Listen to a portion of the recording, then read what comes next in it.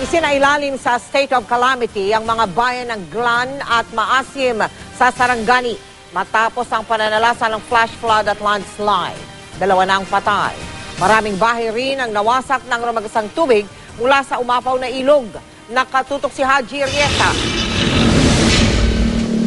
Ito ang inabot ng maraming mga bahay sa Barangay Cross sa bayan ng Glan, dito sa Sarangani Province matapos ang malakas na buhos ng ulan kahapon. Maraming bahay ang natumba. Ang ilan, mahirap nang mapakinabangan pa. Mababang lugar ng Barangay Cross, malapit din ito sa ilog. Sabi ng mga residente, Lunes ng gabi nang magsimulang umulan sa kanilang lugar. At pasado alas 4 ng madaling araw, umapaw ang ilog at lumagasa ang tubig papunta sa barangay. Noong araw din na yon, 300 residente na ang nagsilikas. Nang balikan nila kinabukasan ng kanilang bahay, sira na ang mga ito. Ang bahay nila Lizel Hakalan, tinangay ang dingding. Putikan din sa loob ng bahay, kaya tulong-tulong silang tanggalin ito. Inabot din kasi ng tubig at putik ang kwarto nila, kaya basta ang mga una kumot.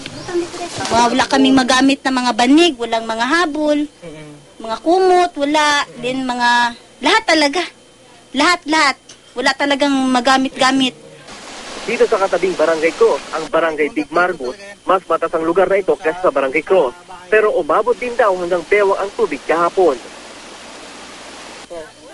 Ang second year high school mo si Darling halos maiyak. Lubog kasi sa putik ang mga libro niya. Hindi pa namin mababayaran. Kasi? Hindi kami pangbayad sa eskwelahan. Pati ibang gamit niya sa eskwela, nadamay din sa flash flood. Sa Maasim Sarangani, patuloy ang search and rescue operation sa mga nawawalang mangisda. Kahapon, 30 na ang na-rescue.